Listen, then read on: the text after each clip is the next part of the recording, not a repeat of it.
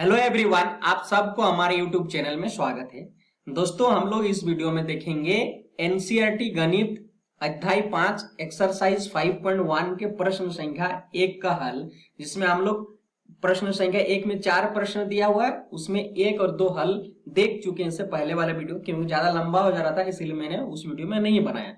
और ये मैं सेकेंड वीडियो लेकर आया हूं जो प्रश्न संख्या 1 का ही होगा, जिसमें क्वेश्चन नंबर 3 और 4 देखेंगे। ठीक है, तो चलो हम लोग उसमें क्या है हमारा प्रश्न में कि आपको ज्ञात करना है, यानी आपको पता करना है क्या ये जो सूची है संख्याओं का सूची एपी में है या नहीं है, ये आपको पता करना है। तो चलिए हम लोग चेक करेंगे क्या एपी में है या नहीं है ना।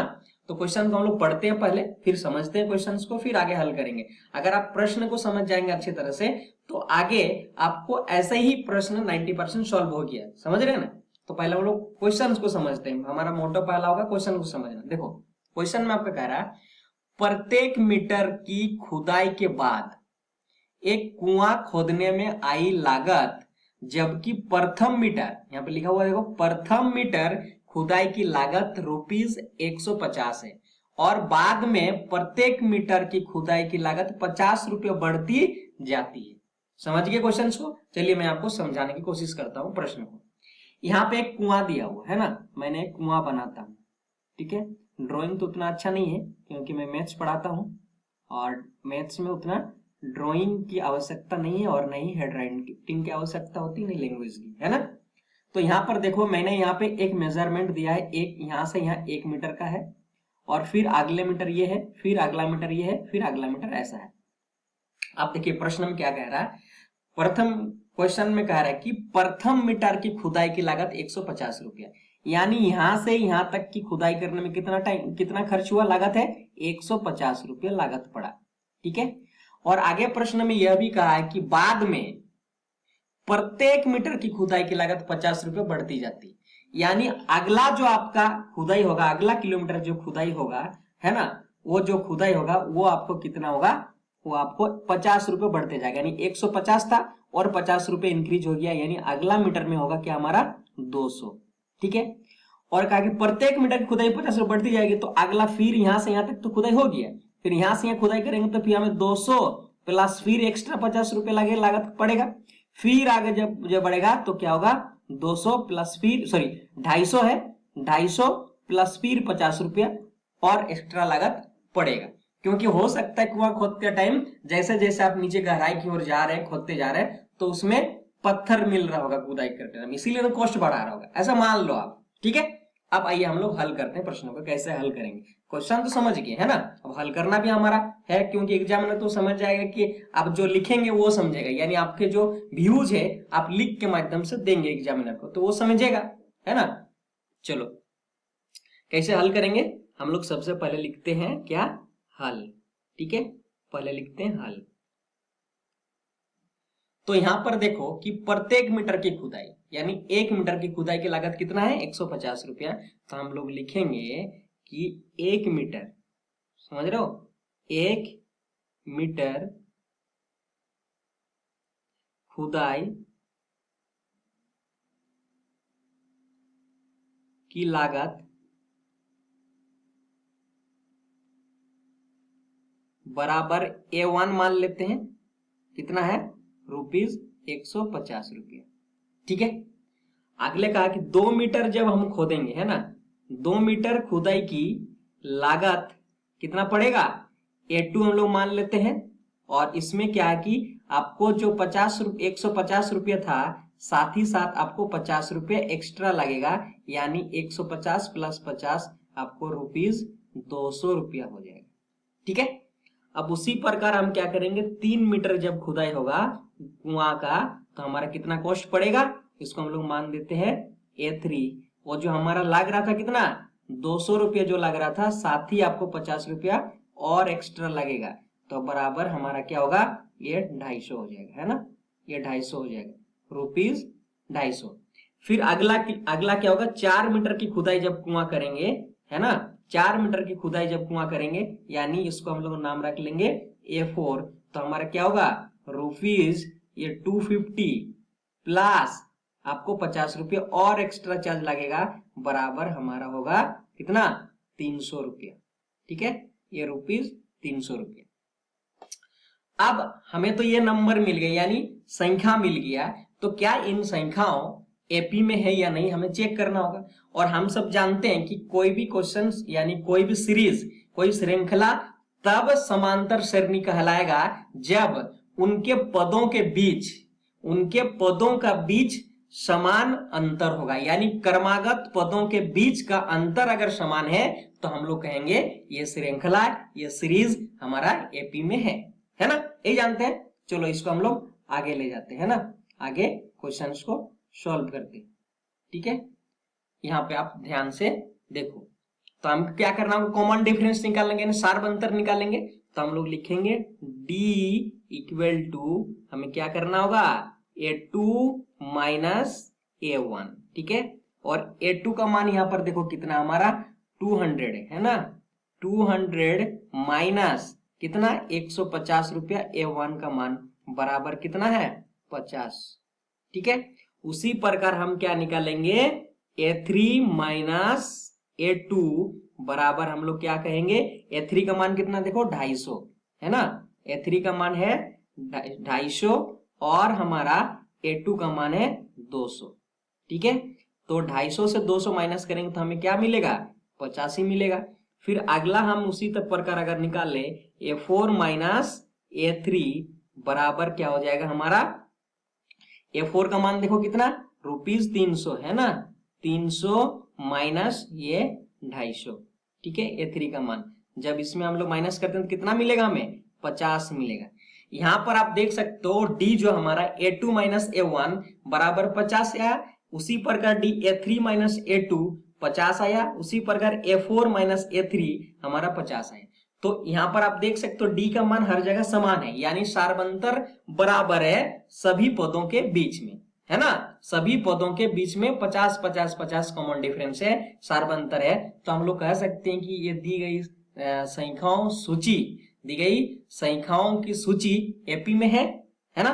तो हम लोग कैसे लिखेंगे, इसको लिखने का भी तरीका होना चाहिए थोड़ा सा, है लिखेंगे कैसे, लिखेंगे इसलिए, है ना, इसलिए क्या लिखेंगे कि ये जो दी गई सूची है ये एक एपी में है ना। तो हम लोग पहले एपी में है। चलिए हम लोग नेक्स्ट क्वेश्चन की ओर मूव करते हैं। हमारा नेक्स्ट क्वेश्चन है, खाते में प्रत्येक वर्ष मिश्रधन जबकि रुपया 10,000 की राशि 8% वार्षिक की दर से चक्रवृद्धि ब्याज पर जमा की जाती है।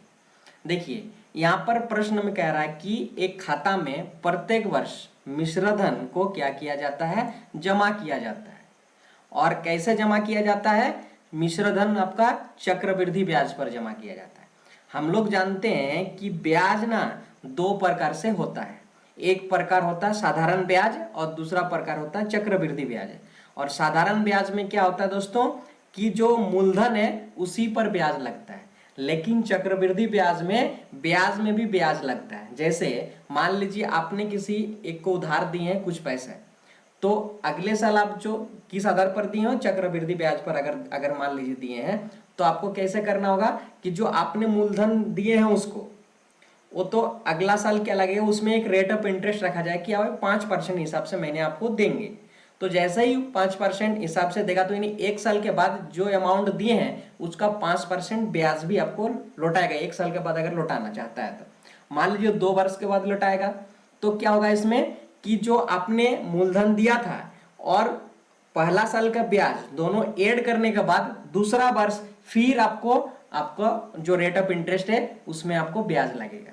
इसका मतलब समझ रहे हैं, जो मूलधन पर तो लग ही रहा है, ब्याज में भी लग रहा है। और साधारण ब्याज में ऐसा नहीं होता। साधारण ब्याज में जैसे आपने किसी को मूलधन जो भी अमाउंट आप दिए हैं उसमें जो रेट ऑफ इंटरेस्ट है प्रत्येक साल उतना ही अमाउंट पे आपको रेट ऑफ इंटरेस्ट मिलेगा जितना अमाउंट आपने दिए हैं या फिर लिए हैं। ये समझ गए होंगे आप। देखो ब्याज क्या होता है ये तो समझना होगा पहले हमको। चक्रवृद्धि ब्याज क्या है, देखो चक्रवृद्धि ब्याज को ए से सूचित करते हैं, यहाँ पर समझना। और ए बराबर क्या होता है, हमारा जो मूलधन, ठीक है, जो आपने मूलधन यानी जो आपने इन्वेस्ट किया है, जो दिए हैं, साथ ही साथ आपको जो ब्याज लगेगा उसको कहते हैं हम लोग मिश्रधन। समझ गए मिश्रधन किसको कहते हैं, यानी मूलधन साथ ही साथ ब्याज जब जोड़ेंगे तो हमें प्राप्त होता है मिश्रधन। और हम लोग जानते हैं चक्रवृद्धि ब्याज में मिश्रधन निकालने के लिए एक फॉर्मूला होता है, ए बराबर पी गुना 1+r/100 और यहाँ पर n। अब यहाँ पर समझ लो कि कौन सा किसको कहते हैं, ये तो मिश्रधन कहते हैं, है ना, और इसको कहेंगे पी मूलधन, 1+r रेट ऑफ इंटरेस्ट यानी दर है, और n जो है यहाँ पर ये टाइम को शो करता है, ठीक है, ये 100 है। तो जितने साल के लिए उतना टाइम लिखेंगे, और जो नहीं होगा तो फिर टाइम नहीं लिखना होगा, एक तो एक, दो तो दो, तीन को तीन, इस तरह से हम लोग लिखेंगे। अब चलिए इसको हम लोग सॉल्व करते हैं, किस आधार पर पूरा प्रत्येक साल मिश्रधन को जमा किया जाता है। तो हमारा प्रश्न में क्या दिया हुआ है, हमारा दिया हुआ प्रश्न में तो सबसे पहले हम लोग लिखेंगे क्या, कि हल कर रहे हैं ना, हल कर रहे हैं। और क्या हल कर रहे हैं इस प्रश्न को, तो यहाँ पर क्या देखो, रेट ऑफ इंटरेस्ट यानी आर बराबर दिया हुआ आपका 8%, साथ ही क्या हुआ है आपका मूलधन दिया हुआ, ठीक है, ये मूलधन, और मूलधन को मान लेते हैं हम लोग A1, ठीक है, A1 बराबर कितना दिया हुआ आपको, ₹10,000, ठीक है, ये। अब क्या होगा कि जब आप अगला वर्ष होगा तो उसमें ब्याज लगेगा, और क्या ब्याज लगेगा, 8% वार्षिक दर से ब्याज लगेगा। और किस पे लगता है ब्याज, मूलधन पे लगता है। तो आपका मूलधन जो दिया हुआ है यहाँ पे क्या है, 10,000 दिया था, तो 10,000 का आपको क्या लगेगा, 8% लगेगा। तो कैसे निकालेंगे, तो डायरेक्ट हम लोग लिखेंगे कि यहाँ की पहला वर्ष है ना, पहली वर्ष के बाद मिश्रधन जमा होगा आपका, कितना मिश्रधन जमा होगा, इसको हम लोग मान लेते हैं A2 बराबर आपको क्या, मैंने अभी फॉर्मूला बताइए, फॉर्मूला यानी आपका होगा P मल्टीप्लाइड 1+R/100 और यहाँ पर होगा N, ठीक है, यानी T। तो यहाँ पर देखो P कितना 10,000 है, तो हम लोग लिखेंगे यहाँ पे 10,000, ठीक है, मल्टीप्लाइड 1+R का मान दिया हुआ 8 डिवाइडेड 100 और टाइम पहली वर्ष, तो हमारा टाइम हमारा 1 होगा, फर्स्ट ईयर। अब देखो इसको जब आगे आप सोल्यूशन करोगे तो क्या मिलेगा आपको, 10,000 मल्टीप्लाइड 100 मल्टीप्लाइड 1 करो तो 100+8, तो क्या हो जाएगा हमारा 108 डिवाइडेड 100, ठीक है, ये जीरो इस जीरो, ये 2 जीरो कैंसिल हो गया। हमारा जब गुना करोगे 108 गुना 100 तो हमें क्या मिलेगा, 108 और 2 जीरो, ये हमें इतना रुपीज मिलेगा। ये क्या मिलेगा, पहली वर्ष मिश्रधन, इसमें क्या क्या मिला हुआ, मूलधन प्लस पहला साल का इंटरेस्ट, दोनों ऐड करके जो हमें मिला है 10,800 मिला। उसी प्रकार हम लोग क्या करेंगे, दूसरी वर्ष निकालेंगे। यहाँ पर क्या करेंगे, दूसरी वर्ष का क्या होगा हमारा, दूसरी वर्ष के लिए हमारा उसी प्रकार मिश्रधन होगा, ठीक है, इसको हम लोग मान लेते हैं A3, ठीक है, A3 भी हमारा क्या होगा, P मल्टीप्लाइड 1+R/100 पावर में N यानी समय। तो यहाँ पर मूलधन क्या होगा, अगले वर्ष के लिए ये वाला मूलधन होगा, है ना, ये जो पहले मूलधन था नहीं होगा, अगले वर्ष के लिए जो दूसरी वर्ष देगा ये मूलधन पर ब्याज देगा, है ना, ये मूलधन पर ब्याज देगा। तो मिश्रधन क्या होगा हमारा, चलो लिखते हैं हम लोग, पहले यहाँ लिखेंगे 10,800, है ना, मल्टीप्लाइड 1+ आपको R का मान दिया हुआ 8 डिवाइडेड ये 100 और N का मान ये दूसरी वर्ष, तो N का मान होगा 2, ठीक है। जब इसको आप आगे सोल्यूशन करेंगे तो हमें मिलेगा 108 और यहाँ पर 00 मल्टीप्लाइड 100 मल्टीप्लाइड 100 प्लस 1 यानी 108, ठीक है, और 108 कितना, 2 बार है, पावर में 2 बार, तो हम लोग लिखेंगे 108 डिवाइडेड 100 मल्टीप्लाइड 108 डिवाइडेड 100। चलो मैं इसको क्या करता हूँ, ये 2 जीरो और ये 2 जीरो को कैंसिल कर देता हूँ। आप इसको 108 गुना 108 गुना 108 3 बार गुना करना और 100 से भाग देंगे, तब आपको प्राप्त होगा 1259.7.12।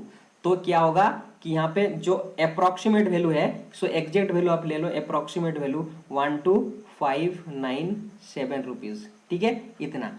और आप गुना करना, मैं यहाँ पे गुना नहीं कर रहा हूँ, गुना करेंगे तो वीडियो लंबा हो जाएगा, समझ रहे हो, ठीक है। अब चलो हम लोग आगे क्वेश्चंस की ओर बढ़ते हैं, आगे हमारा इसको सोल्यूशन करेंगे। तो हम लोग क्या निकाला, दूसरी वर्ष, अब हम तीसरी वर्ष निकालते हैं, ठीक है।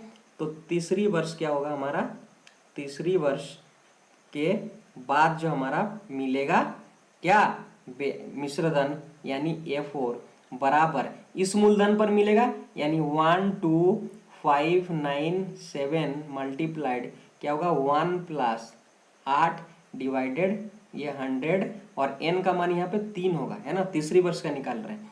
जब इसको गुना करेंगे तो क्या होगा 12597 मल्टीप्लाइड 100 प्लस 8 तक कितना बार, 3 बार, तो हम लोग लिखेंगे यहाँ पे 108 डिवाइडेड 100 मल्टीप्लाइड 108 डिवाइडेड 100 और 108 डिवाइडेड 100। ठीक है, तो जब इसको ऊपर ऊपर गुना करना और नीचे नीचे गुना करना और ऊपर ऊपर गुना करके नीचे से जितना संख्या होगा जीरो उतना संख्या के बाद पॉइंट लगा देना, तो आपको मिलेगा। मैं गुना नहीं कर रहा हूँ, आप कर लेना, क्योंकि यहाँ पे गुना करेंगे तो समय की बर्बादी है, जो आपको वीडियो लंबा हो जाएगा, है ना। तो आपके पास मिलेगा 15868.5921। ठीक है, ये मिलेगा। जब इसको हम एग्जैक्ट वैल्यू लिखेंगे, ये अप्रोक्सीमेट वैल्यू है, तो क्या करें, देखो पॉइंट के बाद 5 है ना, तो एक बढ़ा दो और उसको हटा दो, तो हम लोग लिखेंगे 15869 रुपीज। ठीक है, अब हमें चेक करना होगा। ठीक है, अब हमें चेक करना होगा क्या दी गई संख्या एपी में है या फिर नहीं है। ठीक है ना, तो चलो हम लोग इसको चेक करते हैं। तो हमारा पहला वैल्यू क्या करेंगे, डिफरेंस निकालेंगे, हम लोग डिफरेंस निकालेंगे यानी डी यानी सार्ब अंतर निकालेंगे। डी बराबर पहले हमें A2 माइनस A1। ठीक है, यहाँ पर देखो A2 का मान कितना है, A2 का मान हमको निकल के जो आया है वो है हमारा 10800 माइनस A1 का मान क्या हमें 10,000। ठीक है, 10,000 जब माइनस करेंगे तो हमें क्या मिलेगा 800।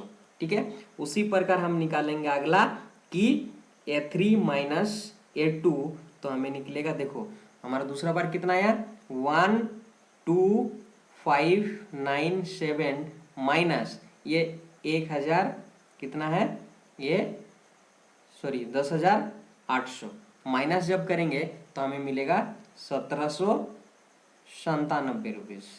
ठीक है, अगला करेंगे तो हमें मिलेगा, देखो A4 माइनस A3 बराबर क्या कर सकेंगे हम लोग, ये निकालेंगे कितना, ये 15,869 माइनस ये, ठीक है 12,597 बराबर आपको मिलेगा 3272।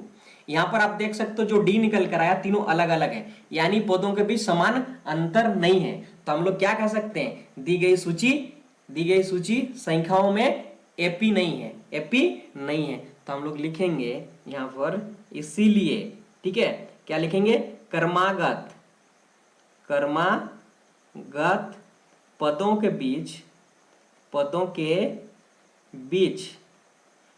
के बीच समान अंतर नहीं है।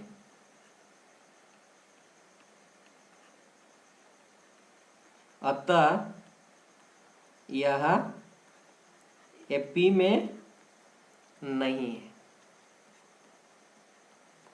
यह हमारा आंसर होगा। धन्यवाद।